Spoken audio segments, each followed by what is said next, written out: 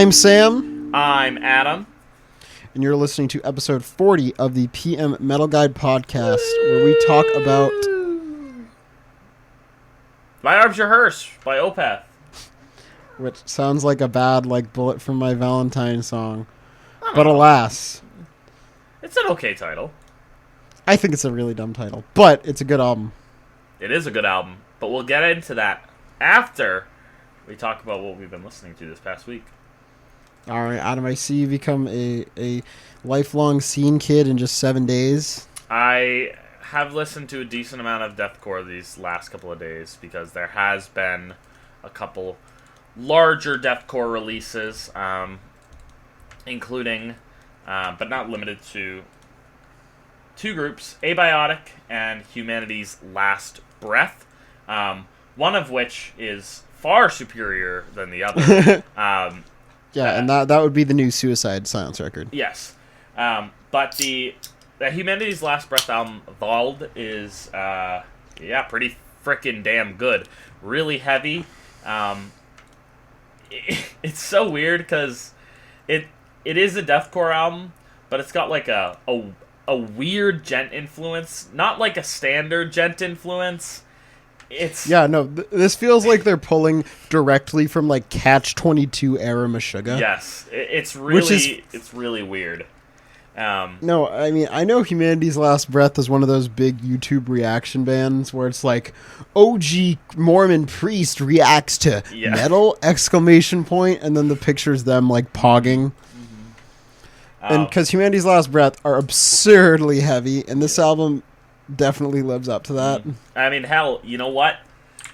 We shouldn't have even questioned it because they have a Mariusz Lewandowski fucking album cover. So I was going through releases last week, and I saw oh, hey, that's Lewandowski, right? It's Humanity's Last Breath. All right, let's check it out. This record's phenomenal. I think it's pretty freaking strong. It's easily the best deathcore release of the year so far. I don't know how much there is to say about that, but it's. I don't think it's perfect by any means, but it is a very nice album to kick off, I guess, February and the year with. It's on the list for me so far. You know, if I had to make the list now, it would be on it. But no, I definitely feel that. It's a really cool combination of genre influences. I described it as blackened deathcore. Yeah. It's ludicrously heavy. It sounds immaculate, and the performances here are all amazing. Yeah. This is a great modern metal record, and something that all bands that are sort of as big as Humanity's Last Breath should aspire to. If you can't get into the deathcore cheese though, you won't. Don't even try. Cause what, you don't like the call-outs and the minute-long beatdowns? I can get into it, but if you're really opposed to deathcore just on its principle, you're not going to get it out of this. Because it is very emblematic of every other deathcore album except done to the best extent. So, he tread lightly if you're not a fan of deathcore or can't see beyond the wall of shit that you need to get to the diamond. Hey, I'd honestly, when COVID ends in 8 years, I'll go to a deathcore show and have fun. Yeah, exactly. Speaking of actually good music, dude, this Ad Nauseam record actually lives up to the hype. Yeah, it does. I've listened to it through twice, because it is kind of I don't know, it's weird for me to listen to it. What, you don't like absurdly dense, technical, avant-garde, dissonant black tech? No, I mean, this is not easy music by any means, but I was going to say, for something this, I guess, compact, it's a lot easier to listen to, and it's a lot hookier than I expected. I also would say the same thing. There's so many goddamn memorable moments. I expected a clerical similarity, but it is not there. Yeah, no, exactly. And, just reading, the Bandcamp, release notes for this album, I was intimidated, and I listened to it, and I was my jaw hit the floor. If this album isn't in the top 5 albums of the year for us, I'll be amazed. This really just feels like a crowning achievement for heavy music, and sort of exemplifies that, in the 2020s, we can push metal further than it's ever been pushed before. Yeah. 2021, Sam? Well, in the 2020s, you know. Oh, in the 20s, sorry. Yeah, and like it's literally a bunch of Italian like virtuosos that built their own instruments and amps and home recorded the entire thing over 5 years to create the perfect vision of like deconstructed being, and lo and behold, it achieves that. Yeah, the record sounds great. Performances are stupid good. Yeah. I mean, and like Ulcerate, it has a stunning display of like melodiousness and like dissonance, and it's just gorgeous. Like it's a lot more listenable than you'd expect for something this dense. Yeah. So obviously, if you haven't, check out that imperative imperceptible impulse, which yeah, I mean it's almost indescribable because the music is just too great. Like I feel like this is I feel like it's normally got to wait a little bit, but this album's a 10. Yeah. Like if you're into this, if you can get past the level of just pretentiousness and total lack for sonic like aesthetics, this album's perfect. There are no flaws. Yeah. No, they do everything perfectly. I agree with that. Almost like the record the King of Limbs, which also does everything perfectly. That's bold. No, I mean, I don't know. King of Limbs kind of gets shat on the Radiohead discography. It turns 10 on the day we're recording this and the day the podcast will get released. So I gave it a listen today. You know, when I was younger, me and Adam listened to quite a lot of Radiohead. Mm-hmm. And King of Limbs I always overlooked because I will admit the B-side's definitely stronger than the A-side. But especially now, like now that I've spent so long listening to, you know, shit like Ad Nauseum and just weird ass noise and whatnot. No, this album definitely works. It's Radiohead's most difficult listen, but there's like something special there. I just think it was released in a weird context. Yeah, that also makes sense. But I'd highly recommend, if anyone hasn't, checking out the Radiohead Live from the Basement edition of this album. It gives the all the tracks like a much warmer analog feel, and the live renditions, the stuff they do, are gorgeous. And I don't know, a lot has been written about the King of Limbs, but I'd recommend checking it out if you felt bad about it in the past, because gosh, it really is a statement, and it's Radiohead, and they can do basically no wrong. So, yep. All right. Well, the only other record that I really have to talk about, because I listened to a good amount of music, but not enough. I didn't focus it on anything really. But I'll briefly mention the Valerian album that I put up the review for yesterday. Wait, you did a review? What year? What is this? A crossover episode? See, I'm on the grind again. Okay. It's a just like how I'm grinding that year-end list every day, tirelessly. Exactly. It's a pretty. I mean, I think it's an above par dungeon synth based Atmo Black album. It's kind of like that Almach album. How often will you say that sentence this year? Oh my god. I was writing that review, and I literally had to... I said DSBM, like, twice, because I was like, I don't want to write out Dungeon Synth Black Metal another time. And don't worry, I did clarify it. But it's pretty good. It has some really interesting ideas and songwriting behind it, but there's a few aspects of the record that I go into that really kind of take me out. In particular, the spoken word vocals are not the most engaging whenever they come up, and the female choir vocal that is used throughout the record. You mean the MIDI?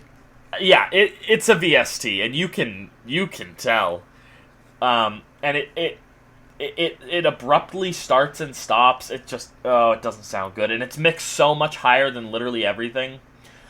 But the back half of this record has some really good black metal in it. That I would say you can look past the dungeon synth and just sort of get lost in that black metal. The first couple of tracks are also okay, but it's more of that dungeon synth black metal driven by the keys rather than the guitars. So, check out February. It's a pretty good release. I like it a lot, but I don't think it's like, you know. It's better than anything Burzum has put out in the last fucking 10 years, so... There you go. Hey, look at you reviewing albums that aren't just objectively amazing. I had to, well, because I was tempted to, like, you know, use, like, the ad nauseum review, and I was like, I can't do that. It's too obvious. Like, everyone knows this album's going to be... It's too easy. Exactly. And then I was looking, and I was like, I don't know. Adam, dude, I want to hear you review, like, some absurdly bad, like, average indie pop record. Dude, I hate listening to bad music, though. I hate it. I only listen to, like, what a lot of people deem good music. Anyone that's listened to this podcast more than once can tell that we only listen to taste-made picks. Yeah. Come on. And that is an issue, I guess, but at the same time, like, I don't mind only listening to good music. You know, like, I heard Trillionaire once, and I never need to hear it again. But, yeah, I don't know. Maybe I'll review the Trillionaire album. We'll see. Oh, gosh. Yeah. Dude, maybe we should do maybe we should cover the Trillionaire next week. Oh, my God. That might be worth it. I mean, it is big names behind it. Actually, do you know what I think could be a good topic? And this isn't metal related at all, but just how gosh darn dominant hyperpop's become in the past year. Oh, my God. Dude, I see it everywhere. Everyone I talk to, every normie I talk to is like, oh, yeah, I love Money Machine. Like... Yeah. I remember when I was a boy. I remember in the year of 2019, you know, I listened to Stupid Horse. I got laughed at. I got tomatoes thrown at me, and here I am, vindicated. Mm-hmm. Yeah, man, it's a different dude, landscape. And it's gross. And like the thing is, like, I don't know if you've listened to the new Black Dresses album. I haven't. But hyperpop covers like more like hardcore and metal adjacent sounds and like mainstream music than we've seen in probably 20 years. Yeah.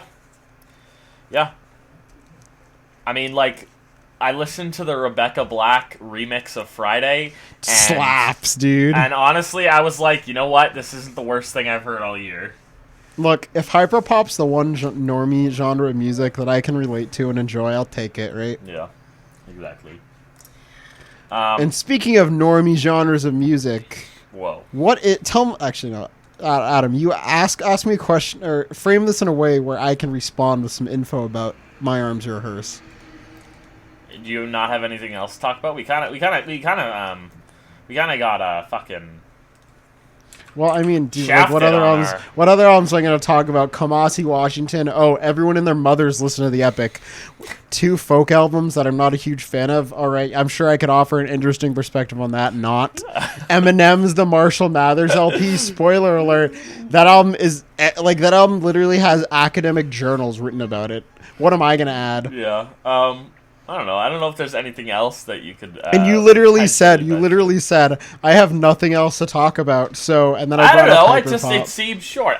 Are you going to be like, guys, To Be Kind is a good album? No, you know what I do? To Be Kind is a good album? Wow, that's a really hot take, dude. I want to mention that the new Koan single smacks, and I'm so excited for the new album.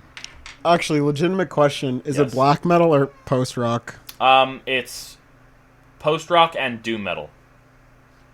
All right. Wait, what's that Rick and Morty meme where he's like, "I'm sold. You son of a bitch, I'm in." Yeah, you son of a bitch, I'm in. Yeah, no. I played it on my radio show the other day. Dude, imagine having a radio show in your college not being in COVID lockdown. I listened to it again, and I was like, holy shit. Because, like, their last record, Kaiho? Ooh, God. Kaiho was good, but it was all post-rock. And I've listened to a little bit of their back catalog, but not enough of it, clearly. That when I heard, like, because the first half of the track is a post-rock track, and then it transitions into, like, a post-metal or post-doom track. And it gets very heavy and scream, and I was ruffling Dare I my say jimmy. based? No, I was based, dude. I'm so excited. Dude, can Kuon do any wrong? No, I don't think so. No, I don't think so either. But that's exciting. So keep on the lookout for Kuon. Yep. But otherwise, they have rock music too, mixed with metal music. You know what else has rock music mixed with metal music? What, Adam? I don't know, Sam. What is it? Is it would My Arms Your Hearse be an applicable answer? Well, I'm glad you asked. So let's consider some of the context behind My Arms Your Hearse, because I think it can prove illuminating in placing this album in the rest of Opeth's storied discography. Is that so? Yeah. So, as the legend says, after they toured for Morning Rise, Michael Ackerfeld fired the bassist because they just weren't getting along, while the drummer, Ans Norton, was chilling in Brazil in his hometown or something. I don't know. And so it called Ans Norton on the phone, Michael, and fired him. And so they were just left with Peter and Michael, right? And then at this time, Peter was finishing up his electrical engineering degree because, as one does. As you have to. So Michael basically was forced to write this entire album by himself, with the exception of Demon of the Fall, which has some guitar work provided by Peter. And he recorded keyboards, guitars, vocals, and bass on this record. Yep. And then he recruited the legendary Martin Lopez, who's been in a bunch of stuff. Martin. And right before the album was released, they also grabbed Martin Mendez, who has played bass on every Opeth record since. But this album is very much the Michael Ackerfeld show. Yeah. And you can just totally tell that, once it's sort of like with Watershed, the side of Opeth, the side of Opeth that, Peter was reining in a lot of Michael's more eclectic sensibilities, that's just gone. And the dude was left to do whatever the heck he wanted, and he had to fill, an hour of music. And you can just kind of tell. But honestly, this album's way better than I expected going back to it. And it's really, really solid. Yeah, I mean, there are tracks on here that I was reminded of how strong they were, certainly upon going back. And it also has a very nice flow to it. Throughout the entire 55 minutes or whatever it is. I don't think it's exactly an hour. I think it's a little shorter. No, it's a little less. And I will say, I think of the first three Opeth albums, this is definitely the most complete album experience. Oh, it flows super nicely. It's a concept album. All the songs are tied together. Whoa. And this is the first time we really hear the quintessential Opeth style that would define the next 10 years of their career. Oh yeah. Because when you listen to, those first two albums, it's really melodeath mixed with black metal, mixed with elements of folk and prog. And this album is a much more straightforward blend of death metal and progressive rock. Not progressive metal, nothing like Dream Theater, nothing like Symphony X or Fates Warning, any of those groups. Just progressive rock / death metal. Yeah. Which is certainly an interesting genre combination. I can't think of a band that has otherwise done that isn't ripping off Opeth. Oh, totally. I mean, it was very novel at the time, even this being their third album. And despite being, Opeth had a lot of clearly defined tropes that you can point to on the first two records. But to me, this is where Opeth really solidified their sound and come into their own. Yeah. I don't think that anyone can really argue that. Yeah, no. And you're right, and we were talking a little before the podcast, but this album is really just a still life 0.5. Yeah, exactly. I was expecting a Morning Rise Part 2, really still at 0.5. Yeah. And all the things that in the past have associated with still life, the development of Michael's demonic growls, which are still some of the best ever laid to record. Mm-hmm. The gorgeous guitar tones, the gorgeous sections, the transitions between the sections, and the super memorable clean lines that serve to punctuate moments of emotional beauty. Yeah, I mean, this record's really freaking awesome. No, seriously. And I can't it definitely sounds a step up from Morning Rise. It's a little muddier, I will say, but overall I do prefer the more modern sound. And at least on the vocals and the clean guitars especially, and even the distorted guitars, they just sound immaculate. And this album, like, if Morning Rise had a few Acker riffs, this entire album is just Acker riffs. Yeah. You got the signature angular start-stop, like, weird chord riffs that define every Opeth song, back-to-back with weird distorted chord progressions where Michael can just, gallop over, or Martin Lopez can gallop underneath while Michael bellows and, like, says weird, like, romantic aphorisms about being a ghost or something. I don't know. Are we going to talk about the concept of this record? Yeah, so actually, I was going to bring this up. So when I think of concept albums, I think you agree in this. There are kind of two categories. I'm going to use Pink Floyd as an example. There's the Dark Side of the Moon concept album, where every song is kind of loosely tied together, but they're not, like, telling a particular story. And then there's the Wall concept album, where every song is telling a through line, and there's a very narrative purpose. So, like, think like The Deer Hunter or like Metropolis Part 2. Yeah. And most concept albums sort of fall into the first side, and this is a weird one because it's kind of both. It is a little bit both. So I'm going to read this quote from Mikhail Ackerfeld on the concept. For my arms, your hearse, it was like a ghost story. The basics theme was that this person dies, he's kind of reborn as a ghost, and he stays in the same environment. He sees his loved ones, his family members and friends, going on with their lives. It's almost like a film. What's it called? The Sixth Sense. He doesn't understand that he's dead, but wrote it actually before The Sixth Sense came out. It's almost like a film. Yeah. Poignant words.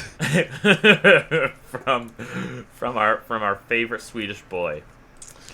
I guess it's nice to, like, kind of ground it in, like, one particular thing. The concept for this album doesn't matter too much. I will say it does feel very, like, sonically linked.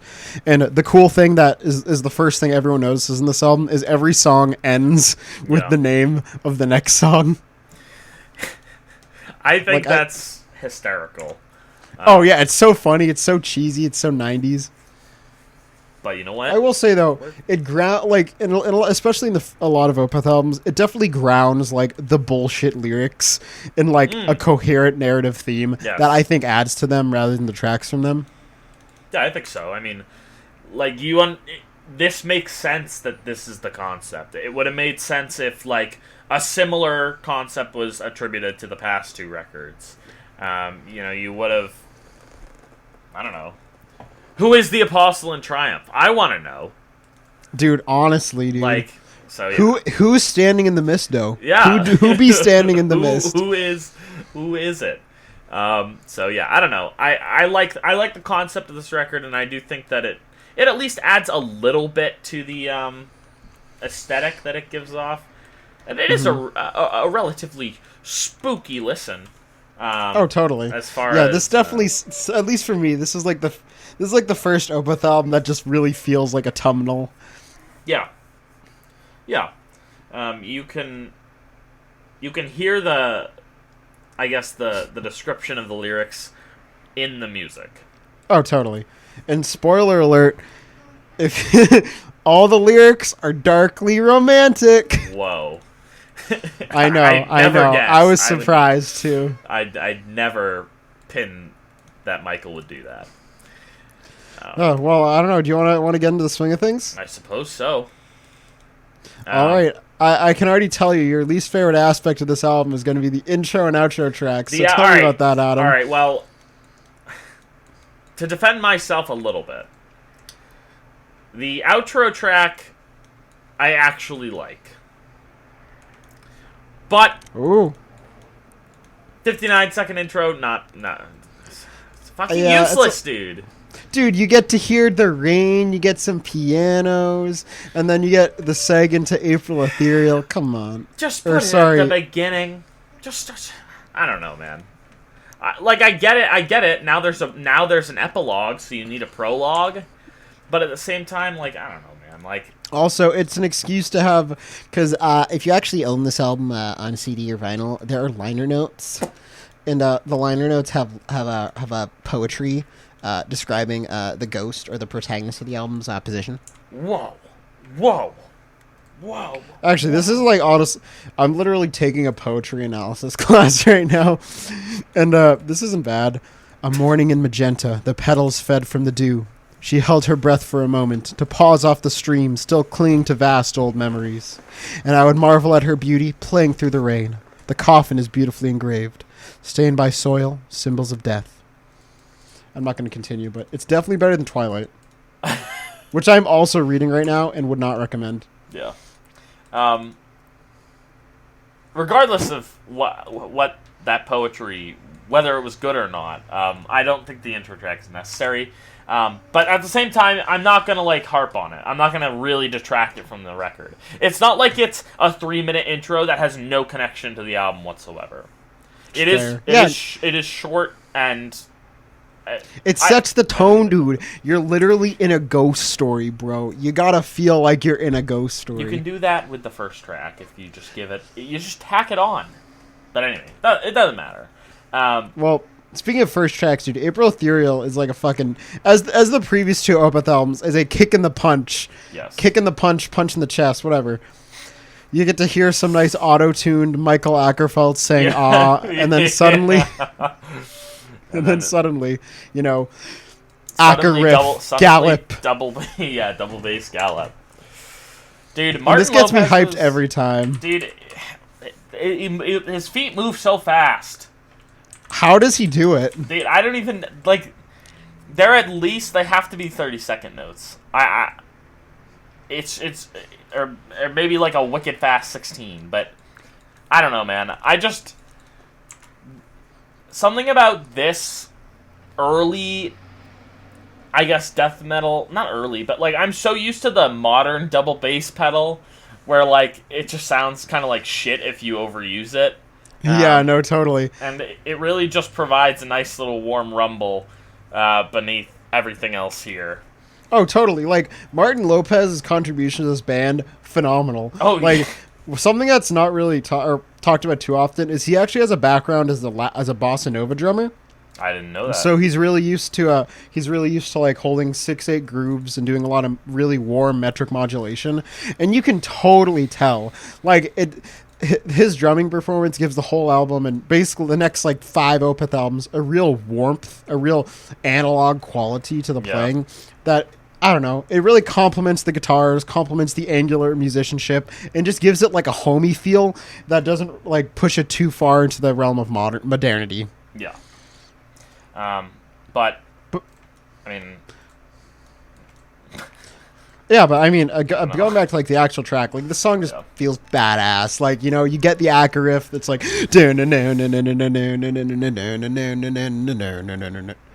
then suddenly, track, Mike.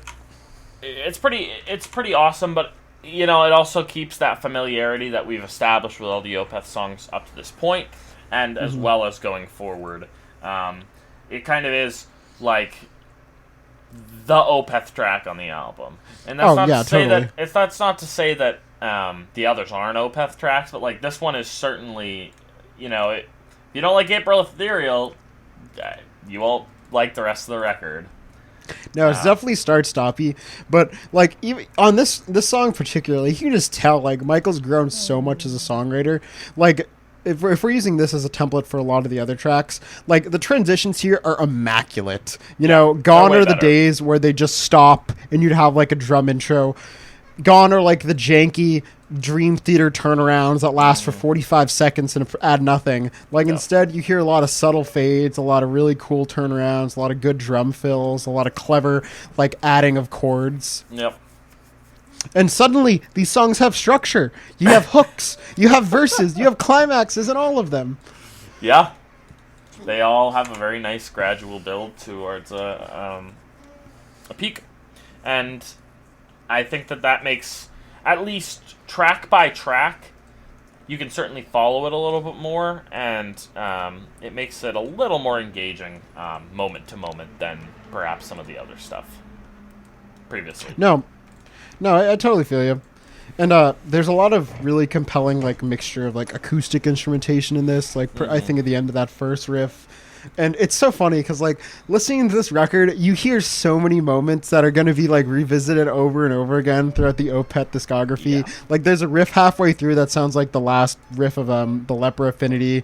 A lot of the chord, the octave climaxes, and a lot of the chord progressions sound the Lotus Eater, for example. Yeah. And it's really cool, and it sort of grounds like this era of Opeth. I don't know. It's nice. And also, like, Michael's clean vocals and harsh vocals are so improved on this record. Mm-hmm.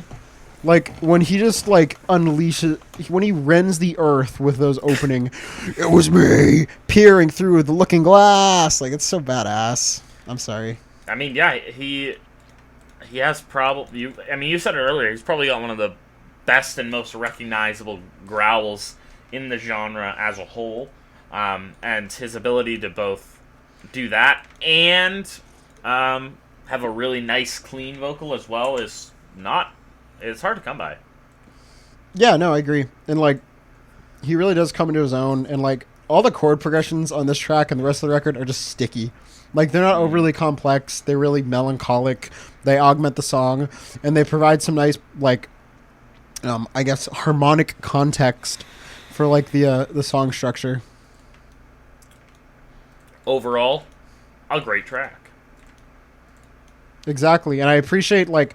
Seriously, it cannot be overstated how much of a difference it makes when these riffs come back and, like, the melodic ideas are revisited throughout the tracks, because it really makes it a much more consistent experience. Mm-hmm. And it's weird that this is the first, I suppose, concept record that Michael had ever tackled, because it's been handled great. I mean, it's not totally overt, like the overt theming you might get on something like fucking Images and Words, or like Metropolis Part 2, or I don't know, even something like The Wall.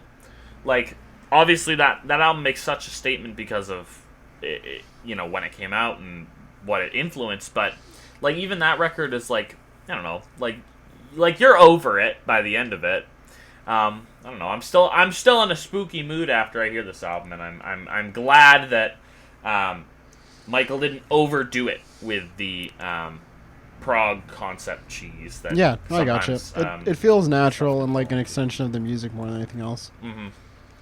But speaking of the lyrics for this song, we're just gonna stop mentioning Dark Romanticism. But lo and behold, every track on that is that. This song in particular is about the ghost chilling with or visiting like his lover from before he died, and is being kind of sad. And then I don't know. Huh? And it ends with him saying, "I don't know how or why. I'll never know." When? When?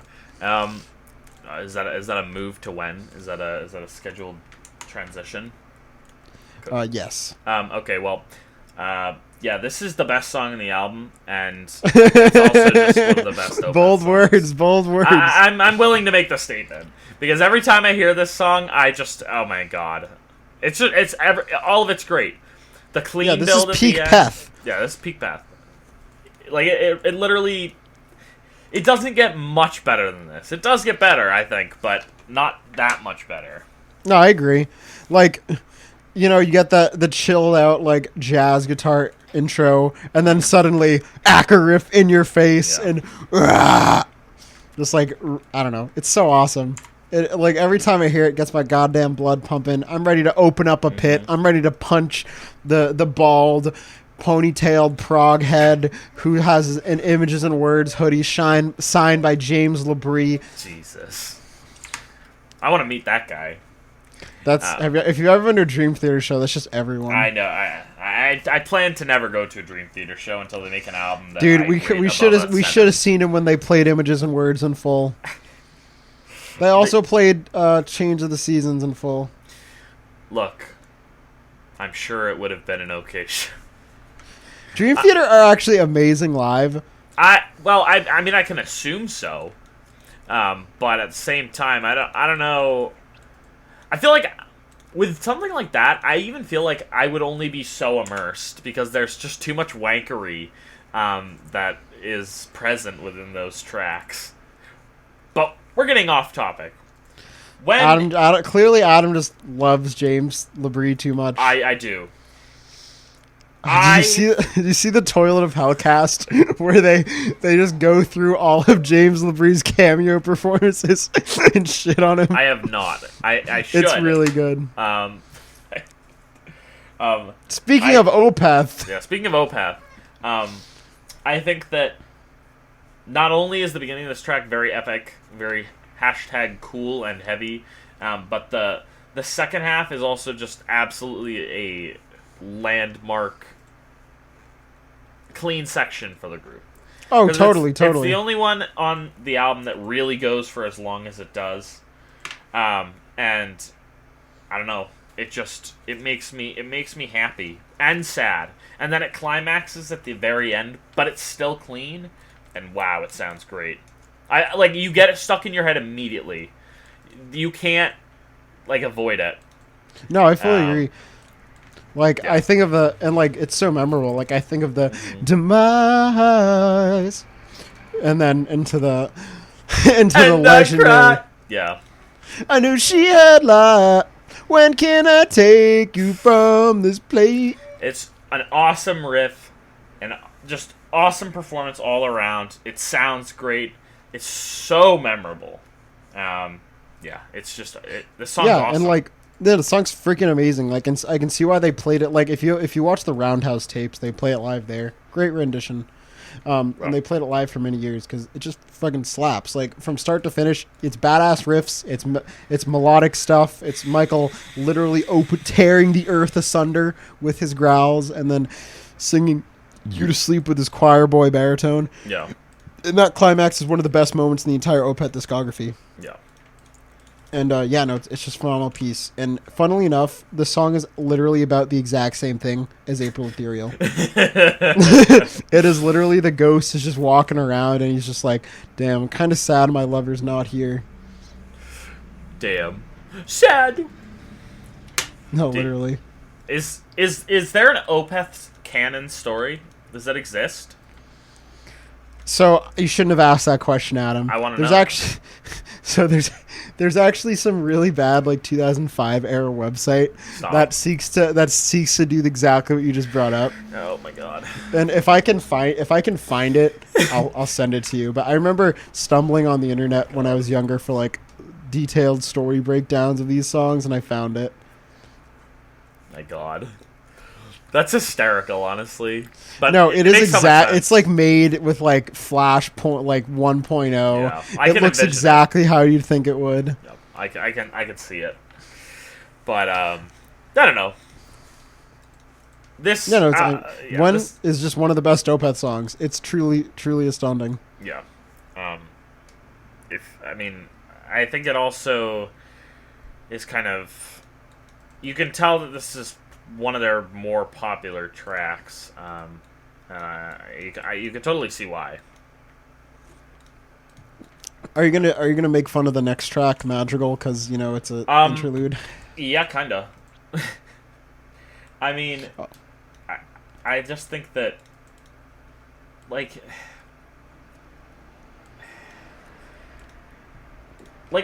just throw it in front of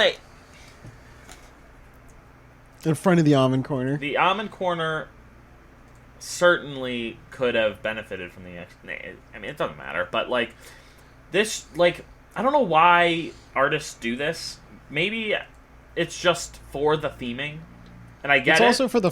I think the reason this album has, basically 2 interlude tracks is to make it a long play. Yeah, I know. God, honestly, I'm glad that formula has kind of faded away now, and Cult of Luna can make, I guess Cult of Luna does fall into that prey, doesn't it? Where they make a 5-song album that's 40 minutes, and oh no, it's an EP. I don't know. I kind of hate that. I kind of hate that distinction has to exist between what makes how many tracks determines what an album is and what's an EP, but that's another discussion for another day. But another discussion regardless, for another day, he says. It's nice, it's pretty, and it does work perfectly into the Almond Corner, as it is the same, same riff. So yeah, but dude, have you even considered the lyrical substance of Madrigal? What the poem's about, bro? Well, guess what, Sam?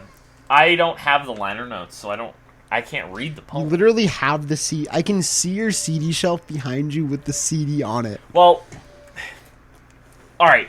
But that's not the point, okay? The point is the music. The music is the music. I think this is a cool interlude. It's some like weird jazz guitars, and they flow nicely, and they establish. Because dude, we just heard like 17 minutes of kick-ass prog death. Okay, I'm not you saying, gotta take a breather. I'm not saying it's bad or unneeded, but it suffers from the problem of dude, we're gonna be listening to Blackwater Park and be like, yeah, it's one of the best albums of all time. You're gonna be like, well, Patterns in the Ivy makes it a 4 out of 10.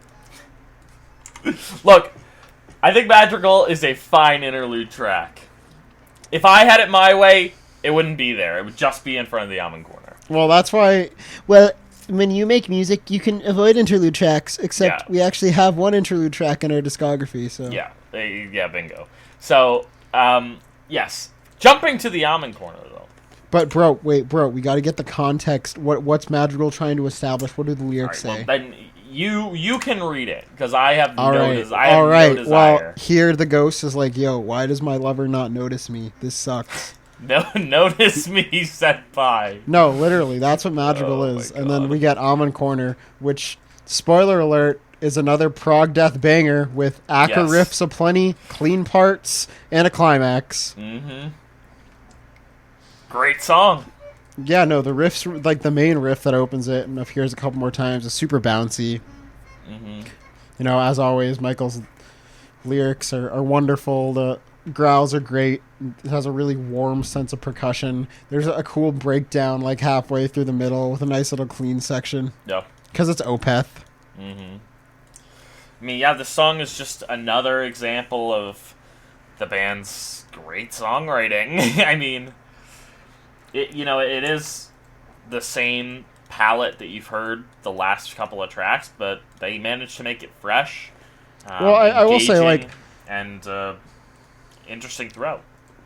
Well, particularly the way they build out of the middle interlude is really cool because, everything just comes down to acoustic guitars. Then they had bass and drums. Then they had a lead guitar. And then from there, they just have Michael hops in on top. Right. And starts growling his way to victory. And the way that builds into, like, pretty slowly into a clean section is gorgeous. And the way that clean section gives way to, like, a reprise of the intro riff, but in double time is really cool. Like, there's a lot of clever songwriting techniques. And the fact that, like, obviously they're working with the same sonic palette, but the fact that it has sort of its unique place on the track list as a song that has, like, a 4-minute long interlude that builds towards another death metal riff is really cool. I can agree with that. Yeah. But, yeah, I mean, this is just another great Opeth. I mean, I feel like we've said this before, but like these first couple of Opeth, not these first couple, these first like 8 Opeth albums, we're just gonna be raving over because there's a reason we're talking about this band and why this band has so much success. Exactly. I mean, Opeth up until a certain point have a perfect discography. Yeah, I don't think anyone can really disagree. So. Until that point that we reach, we're kind of going to be not completely repeating ourselves, but a little bit repeating ourselves. Yeah, exactly. Well, I mean, to be fair, after this point, I really, especially after this album, like, I mean, I know Still Life, Blackwater Park, Damnation, Ghost Reveries, like the back of my goddamn hand, and all those songs, like, have something that make them a little different. Right. Like, Still Life has, like, 2 ballads, and then 1 straight-up death metal song, and then, Opeth songs with Blackwater Park does a similar thing. Like the rest of the discography, I feel like has a little bit more variety. Like these first 3 albums, they were very, very much within like the purview of this genre. I can agree with that. Well, of the Opeth genre. Yes, of the Opeth genre. I will say I really like sort of the lead section at the very end of Almond Corner and that the Demon of the Folk. Well, yeah, you got to get into the actual banger in the track list. I mean, When's a banger, but it's also I think When's a banger because it's a great track. Demon of the Fall is just Demon of the Fall is one of the best Opeth songs. Yeah. Ever. Period. And would you look at that? We're right there. Well, lyrical content, bro. You're all about the lyrics. Well, it is a concept album, I suppose. It's a concept album. Spoiler alert: the song is kind of about nothing. He's just reiterating the fact. He's like, notice me, senpai. The only reason I can't leave is because you're here. Also, I woke up and I was a ghost. Like, it's not super deep. So we can move on to Demon of the Fall now. Which like there's a reason that Opeth plays one song from the 90s in like the 2010s, and it's Demon of the Fall. Yeah. Like, this is a perfect song, and the fact that they can accomplish what they accomplished here in 6 minutes, what took them 17 minutes on the last album, is pretty impressive. Oh yeah, I mean, you're right. It really doesn't get that much better than this song. It just has every aspect of the band that makes it amazing. You have a clean quote unquote outro, just absolutely despondent and I was gonna say dirty, but like really gritty and intense death metal to lead out the first however many minutes of the track, with the occasional break for a nice acoustic fill and transition. This is actually the only track on the album that Peter co-wrote. Yeah. And you can kind of tell it's definitely the heaviest on the album. Oh yeah. But even like the second you hear that like reverse tape intro, yeah, which is from a Swedish movie, I believe, right into like that just sick opening riff, like you're in for business. Yeah. And then you got a little drum fill where suddenly into like a chordal section where Martin Lopez accents all the different changes really nicely, and then actually some subtle keys which are kind of hard to notice, but they're there. It is prog after all. And it is prog. Yeah, and like the way that this riff goes through different permutations is gorgeous. Like you start off with just the start stop, and then you go to a further variation of that, and then you go to the acoustic breakdown to end all breakdowns. Yeah. Where it's just like the and then obviously the riff comes back except distorted, and it's the sickest thing it's one of the best moments in the Opeth discography as Michael Demon of the Falls his way to victory. What a line. What a fucking shit. No, literally. What a lyric. That's metal, dude. Demon of the Fall. I mean, I think that, that Opeth appeals to that fantasy metal thing a little bit, but, this track really, I mean, it's kind of stupid, but, like, ooh, demons and devils, evil, like, blah, blah, but, like, I don't know, that's what people remember.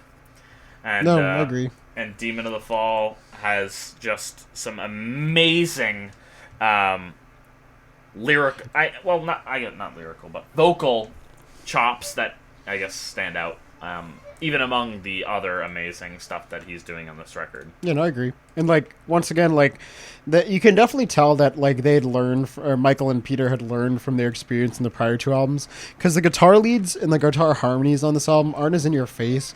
But they're a lot more complex. Like, if you look at the clean part here, the entire time the guitars are playing just two totally separate things that make for some really haunting harmonies. No. And leads to, like, an amazing climax with the runaway part. Yeah. And I still think of, like, that lead melody at the end, like, do-no-no,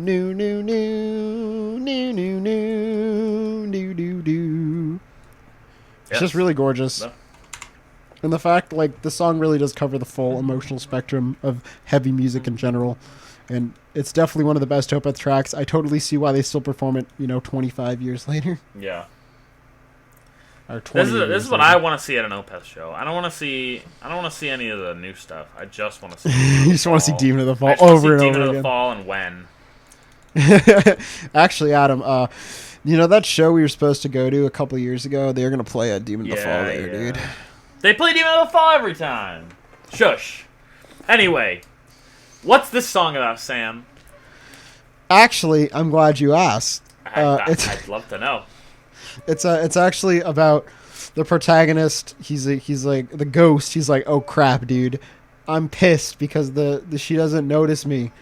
I'm gonna become an angry ghost, and he becomes the Demon of the Fall. And then the part at the end, he's like, yo, run away because I'm gonna hurt you. I actually did not know that that's what the song was about. It's kind of funny, actually. He goes full MGTOW on this track, huh?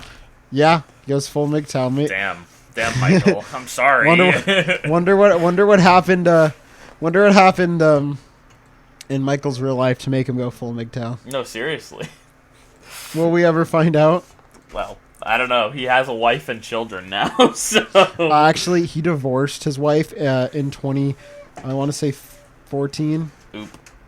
Well, and Sorceress is a divorce album. Oop. It's funny because he literally goes full, like, blues dad divorce. Well, I'm excited for Sorceress now. Not as excited as you should be for Credence, yet another Opeth ballad. Good track. Great track. Great ballad. No, I agree. I always, I remember going back to this album, I, literally could not remember what Credence was. I was like, I don't think they have a death metal song that's that short. Lo and behold. It's not a death metal song. Yeah, no. But, I mean, it's funny, because we hearing this song, it literally just sounds like a Damnation song without keyboards. Yeah. And that's a good thing. Really Damnation's nice. one... Yeah, it's nice. Like, the guitar melodies here are wacky. They're gorgeous. They're really fully realized. Is it anywhere near your favorite Opeth ballad? I mean, Window Pane literally cannot be topped. Fair enough. But no, I mean it's a pleasant song, and I appreciate that it breaks up the track list, especially after you get the mother of all bangers. Yeah. No, I agree, and I think that if you're gonna do an interlude track, this is the way to do it. Because you actually have some substance here. Now, not to say that this is anywhere near an interlude track in terms of quality. This song is great. And it is very wonky, and they do a lot of funny things, bouncing between the instrumentation. That's really unique. But, I think that there is something to say about throwing your ballad right before your last track. Certainly not the first time or last time that they will do this either, I don't think. Yeah, no, I mean... Yeah, they do this again in Blackwater Park. They do this again in Ghost Reveries. They do this again in Watershed. Yeah. And actually they do it again in Deliverance, which I know you've literally never listened to. I've never listened to Deliverance, right? Dude, someone argue Deliverance is the best Opeth album. We might. Who knows, dude? We might get there and find that. But, I mean, in conclusion, Credence, it's a really lovely ballad. Got a great acoustic part. Yeah. Really breaks up the track list and gets you ready for yet another prog death banger. Yep. And lyrics are about the ghost calming down and being like, I've been left again by my lover. I have nothing. Oh, so sad. This song does sound great, though. I mean, Michael's vocal performance is tip-top shape as ever, so... Yep. It's almost like after this... It's almost like eventually, 10 years later, he'd only start singing.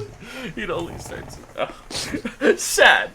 One of my favorite Reddit posts of all time is people were like, where do you see your favorite band in 10 years on prog metal? And some dude wrote, a paragraph-long shit post about Opeth being, a free jazz group, playing a coffee house. And every time I'm going to see if I can find it from we switch to Heritage. And every time I think about it, I just laugh my ass off. Oh my god. Well, I don't know where Opeth's going to go. Who knows if... I mean, In Cauda Venenum was arguably maybe their last record, so we don't really know. Was it? What do you mean? It's not their last record. I thought that they were stopping. Or, well, not their last record, but, it was a big, this is album 13, they're going to take a break for a while, or something like that. I thought In Cauda Venenum was narrowing Opeth's end. Are you kidding me, dude? No way. I totally thought that was the case, but I guess I was completely wrong. No, I mean, I just think they at this point they've been a band for 30 years. Well, that's what I mean. They've been going for so goddamn long. I think they are going to take a decent amount of time between In Cauda and the next one, though. Yeah. All right. But anywho, let's talk about Karma, because, spoiler alert, it's more of the same, and that's a good thing. Yes, it is more of the same.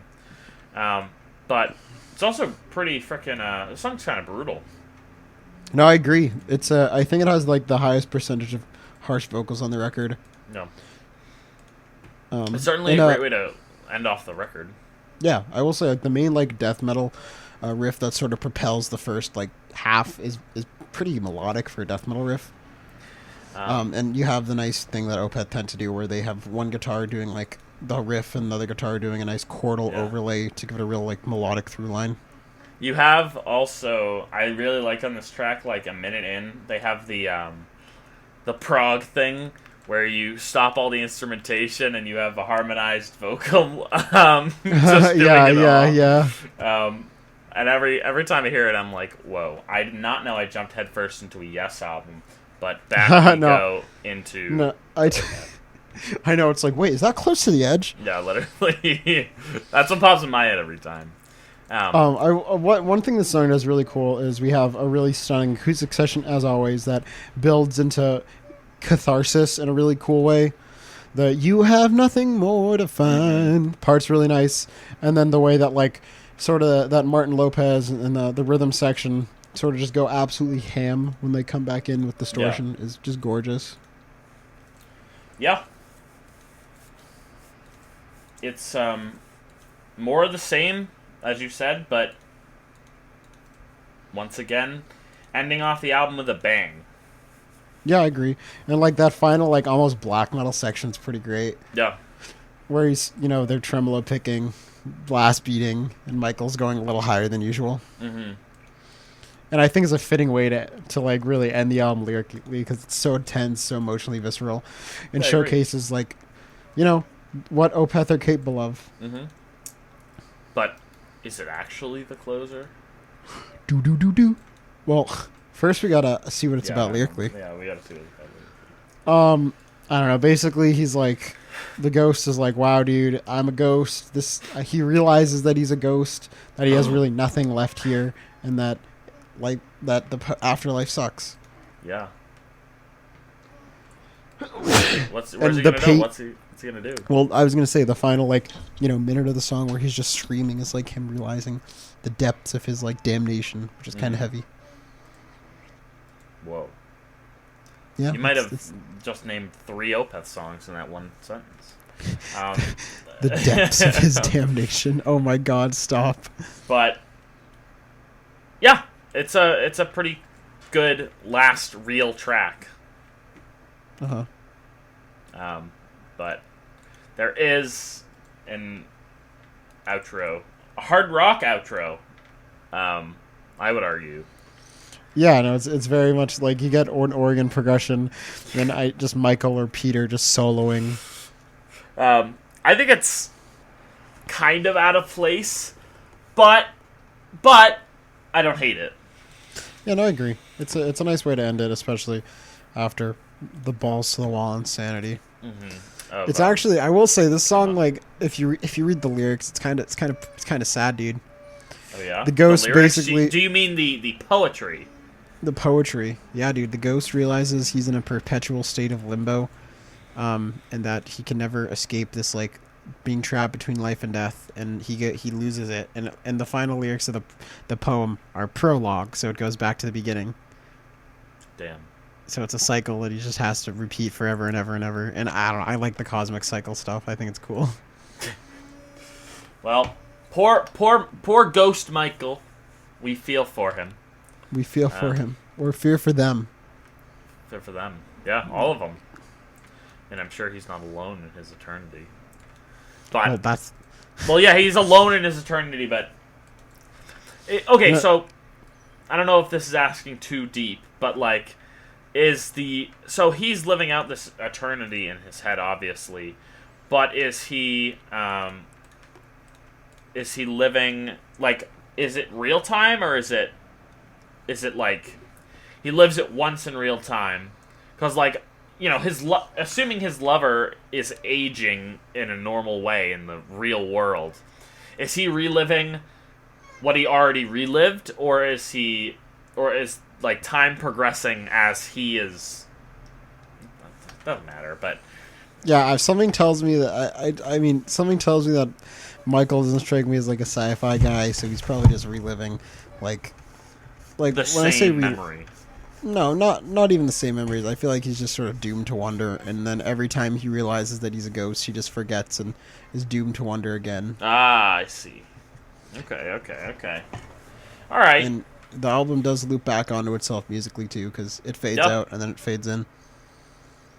So yeah, I don't know. It's a cool concept, but as a record, this is pretty great. Like to me, this seems to be like the first real Opeth album. Like this is where you find the sound that they're going to settle into, and they also solidify the golden era lineup. I think that this certainly was a good step for Opeth in their movement going forward, because you're right, the solidification of their sound made them popular. And I mean, I don't really know anything about the success of this album in particular. I know that the following records are super well acclaimed and very successful. But I think that My Arms, Your Hearse is,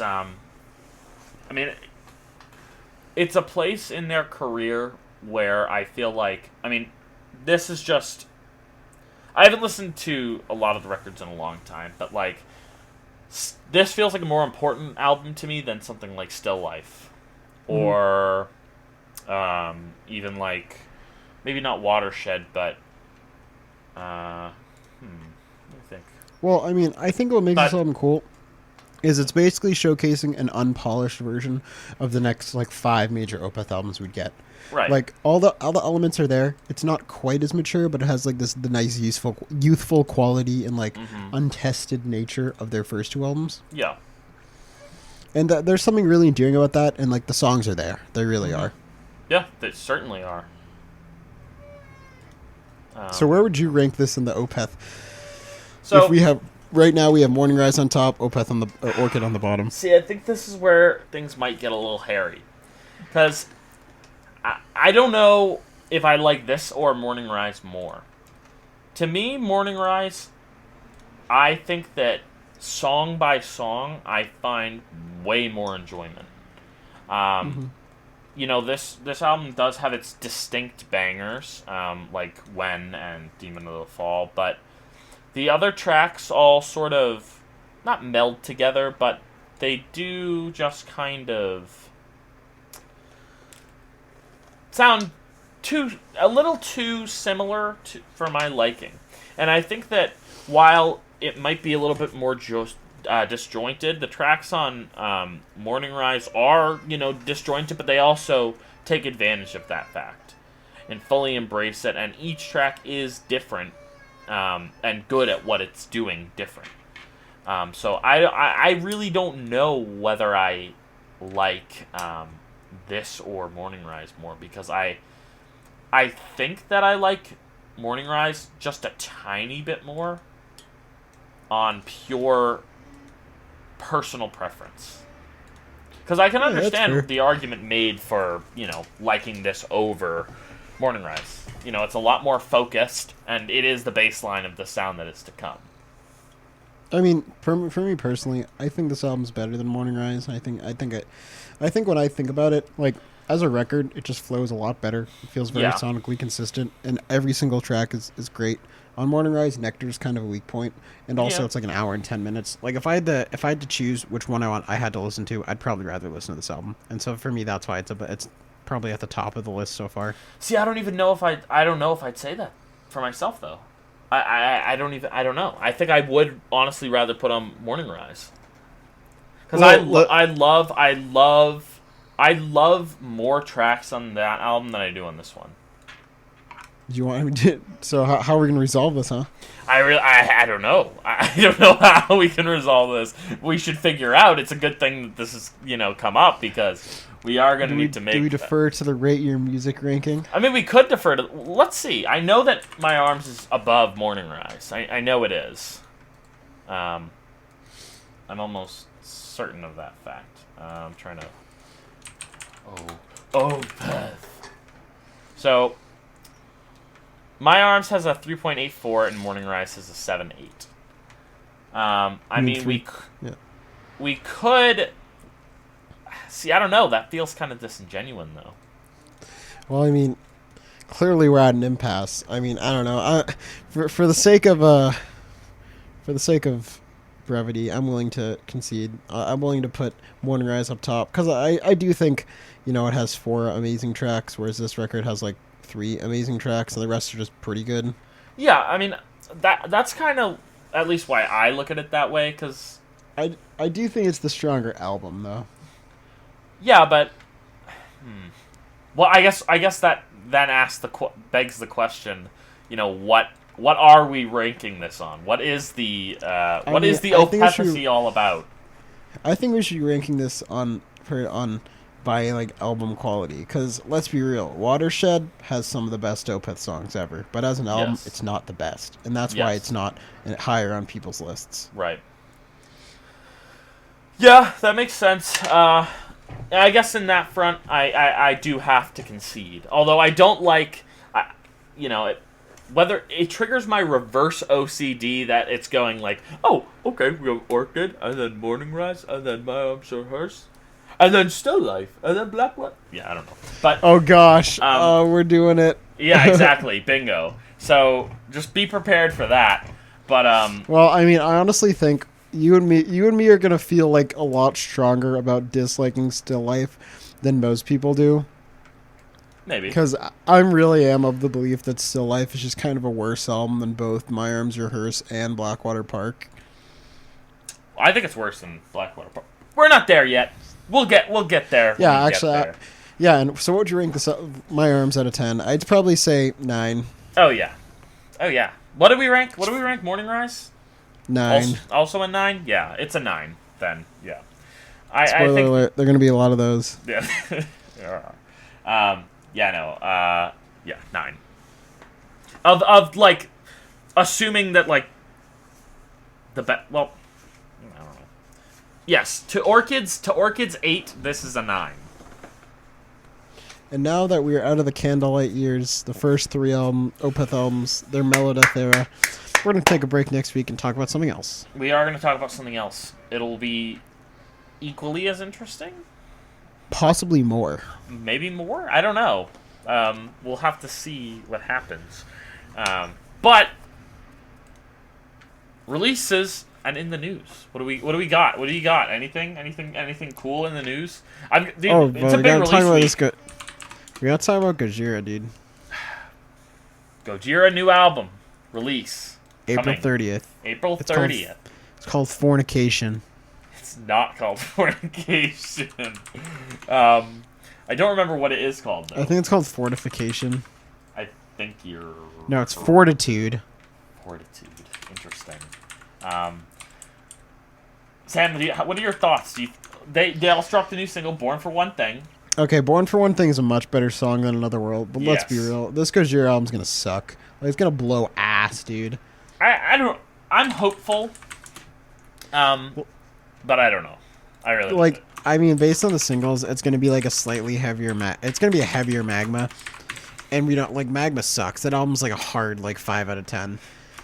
Like, give me back my L'Enfant baby, dude. Yeah, no, I feel ya. It's gonna be interesting to see. We'll probably review it on here, if not in a formal review on the website. Maybe a co-op. Right. So, dude, it's literally Gojira. Yeah, this is a big fucking band. It's nuts. I feel like they're just one of the biggest bands in metal now. Mm-hmm. Certainly. And watching the video for this song, it's professionally shot, directed by a French indie director. No. Mario's wearing a shirt. It's nuts. No, what the hell? No.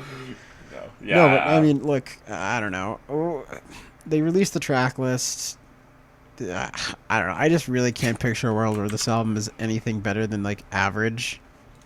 Yeah. I'm really not sure. I don't know. I'm really not sure. Hopefully we can see them in Boston with Poppy and Deftones. Hopefully, dude. I don't know. I don't look this song. I know it sounds dumb, but I'll enjoy literally. Gojira could shit on a mic live and it would be fun. Okay. That's true. And Joe could be like, "I want to see everyone over there, kill everyone over here." Dude, I want to see Joe open up a circle pit. I'm down. But anyway, Gojira aside, Iced Earth is going down, dude. They're what taking happened a to plane Iced Earth? ride down to hell. I think it's at least 2 members have quit, and I think a third's on the way. It's almost like having neo-Nazi associations isn't good. Like, there is a way to handle this, and then there is what Iced Earth did. Yeah. Oh, God. Yeah, that just reminded me of another hysterical news article that I was literally crying at earlier. Oh, yeah? But, yeah, no, I mean, look, all they should have done, the second John Schaefer was caught at the Capitol, they should have released a statement saying, we absolutely do not support these actions in any way. These are abhorrent. We are ruined from the band. Instead, the vocalist and, like, half the band's like, well, no, literally, it's all about context, and, And lo and behold, that's how you tank an empire, dude. Come on. Yeah. Like, that's just bad business sense. I'm surprised a band that's been in this so long was just unwilling to compromise here. Mm-hmm. And now they're gonna suffer for it. Yeah, I mean, goodbye 40-year-long career. Seriously. I mean, it's not like they need the money, but... Dude, are you kidding me? A lot of those metal guys... Yeah, but they're huge. Dude, they're on Century Media, and they've been going for that long. I'm sure they're fine. You'd be surprised, man. There's no money left in the music industry. Well, I know there's no money left, but... Speaking of no money left in the music industry, Dave Mustaine spotted back in the studio recording Megadeth vocals. Kill me. What do you mean? You're not excited for more Megadeth? Dude, we're going to have to review this Megadeth album when it comes out. Oh, yeah? And we're just going to have to torture our earbuds. Yeah. Dystopia. Yeah. Insert the K-Mac video where it's like every Megadeth song ever. And it's just like, the government fucking sucks, yeah. Oh, gosh. Just, Dave Mustaine, do everyone a favor and just stop making music, dude. Yeah. Yeah, it's time. It's time. You know, me and Adam had the pleasure of seeing Megadeth live, so, yeah. Who really won? Not us. Not us. So, apparently... oh, no, never mind. I don't have any more news. Oh, let me talk about the legend himself, the drummer for System of a Down. Oh, good. So I'm happy to see he's back in the news. Oh my god, like, System of a Down come back, they release 2 awesome tunes and talk about making an album, and then their chud drummer who's like, Trump is just misunderstood, defends Gina Carano, who got fired from The Mandalorian for a litany of things, but most recently for just posting a meme or a video where she was like, treatment of American conservatives is as bad as Jews in the Holocaust. And, understandably, she got fired because that's a horrific PR thing, regardless of your personal beliefs.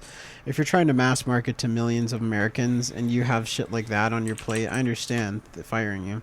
Yeah. But, of course, our boy, John DeLyman or whatever, was like, she will be remembered in history as a warrior. I've seen some people defending her online. I don't even know how you can, dude. Well, I mean, okay, I kind of understand it, but you gotta look at it from a business perspective. Like, the thing is, over the summer, she posted several really questionable things regarding Black Lives Matter, regarding mask mandates, regarding the election. And then after LucasArts told her several times, like, hey, don't do this again. Yeah. She did it again. And she did it with arguably the worst thing of all, saying, and don't get me wrong, freedom of speech, say whatever the heck you want, but if you're working for a multi-billion-dollar company and you say shit like that, that's a job risk. Like, if people defend, like, bakers for turning down gay wedding cakes, then you have to defend LucasArts for firing her. Yeah. Like, it's the same principle. Exactly the same principle. Yeah, it's just a business move. Like, I could care less what she said if it's disagreeable to most of the American public. Like, if, for example, if she was like, I'm in favor of communism, right? And she came out and she had, like, a back tattoo of Mao Zedong or something. Hell, I'd be pissed. I'd be like, all right, yeah, fire her. A lot of people are going to find that offensive. Yeah. But yeah, I just think it's funny that John DeLyman and all these old metal boomers are just fucking chuds. Yeah. Like, and it's funny because System of a Down is literally so against everything that. Yeah, I don't know. Serge Tankin, they literally just It doesn't make any sense. It's fucking hysterical. It's so funny, and yes, but I don't know. I thought that story that made me laugh. Yeah. Almost as much as the fact that Andrew WK is dropping a new album. He dropped a new single. I've heard about the new Andrew WK. Dude. Honest, we got to do an Andrew WK cast, honestly. Dude, Adam, I have one question. Read the document. I have one question. Sure. Who is Steve Mike? No, I mean, I don't know. It's Andrew WK is awesome. I'd highly recommend, if you guys don't know, researching the long storied internet history of the man we collectively know as Andrew WK, who probably doesn't exist. It's very interesting. You should. There is. I don't remember who wrote the article. Was it Stereo Gum? Yeah, it's a stereo. It's like a 40,000 word Stereo Gum article. Oh my god. Very entertaining. Who wants to party? I want to party. Let's party hard. Oh my god. Anyway. Speaking of Opeth, did you see that Storm Corrosion were like, we want to make a new album? No, I didn't actually. SMH, do you even know who Storm Corrosion were? No. I know who Liquid Tension Experiment is, and they're making a new album. Storm Corrosion was the side project for Michael and Steven Wilson. Oh. Interesting. Yeah. Is their album any good? I'm pretty sure it's like an elitist album that if you're a prog elitist, you like it, and if you're anyone else, you dislike it. Let's find out on RYM. Storm Corrosion debut has a 3.36. Progressive folk. Interesting. I'm sure it's good. I don't know. It's just probably pretty good. I mean, granted, Michael hasn't really done anything bad, and neither has Steven Wilson, so... Yeah. Speaking of, you listened to the new album? The new Steven Wilson? Yeah. No, but I've heard a few tracks, and I don't want to listen to the album. It's not for me. I believe that it's good, but I don't have I've listened to it a couple times. I think it's pretty good, actually. I don't know. I might have to peep it again. But... the last story I have is that basically guitarist Lee McKinney came clean about his struggle with Xanax addiction in a Bear All podcast. Props to Lee McKinney. I don't like your music, but we got to raise awareness about this issue. Exactly. And I don't know. It was really interesting hearing one of the largest deathcore bands ever, guitarists talk about the issues he suffered and the way that the toll that even a fairly successful metal band takes on your mental health and everything. Yeah. So recommend checking that out. Props to him. Mm-hmm. What do you got for music this week? Hark Here for the Sky. Finally. It's probably gonna be eh. Dude, there's got a Neige feature, dude. It's probably going to be a 3.5 like every other Harakiri for the Sky album. Probably right. But it's a big record, big release. New Mogwai comes out. Oh, really? As well. Yep. You can't get me excited like that, Adam. There's a Profound Lore blackened death metal band, Suffering Hour, that the world is raving about. The metal world is putting up on a pedestal. That one's coming out.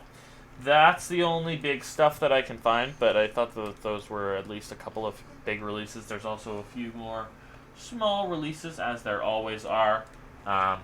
But, yeah, those three are the big ones to check out and listen to. Oh, dude, what do you mean? We got Camera Obscura, too. Who? Excuse exactly. me? Yeah, bingo. It's a Polish-Italian combination of grind, crossover, and infectious grooves. Oh, Jesus. Can only imagine. Coronary, which is heavy metal. We have Spire. I have the Spire one down. If you would have asked me to go through my list, I would have. You got Quallen. You have Lilac Continuum. That's Star Fox based progressive death metal. Yikes. Yep. let's see what else we got. Are you listening to Another World right now? I listened to the 2 singles. It just kind of sucks, right? I'm not crazy. Another World sucks. Yeah, that song's bad. But we're gonna have an angry Frenchman like appear at our dorms and like just knock the door down. Be like, "What'd you say about Gojira?" Hold on, I want to find out if there's any more stuff that's coming out tomorrow. I know there is. Do I have to whip out the Invisible Oranges article again? I just whipped out. There's like literally nothing. Yeah, it's nothing big, but there are some records coming out, so stay tuned. We'll probably talk about some of them next week as well. Yeah, I mean, I'll be listening to music as always. Next week, not Opeth. After that, more Opeth. Yes, so I don't know. Listen to the Opeth albums that we've listened to at this point if you haven't already. Like, comment, subscribe. Follow us on all the platforms. Yeah, I don't know, but the best Opeth song, unequivocally, is Soldier of Fortune. Just kidding, that song sucks. Yes. I've been Sam. I'm Adam. And thanks for listening. Bye.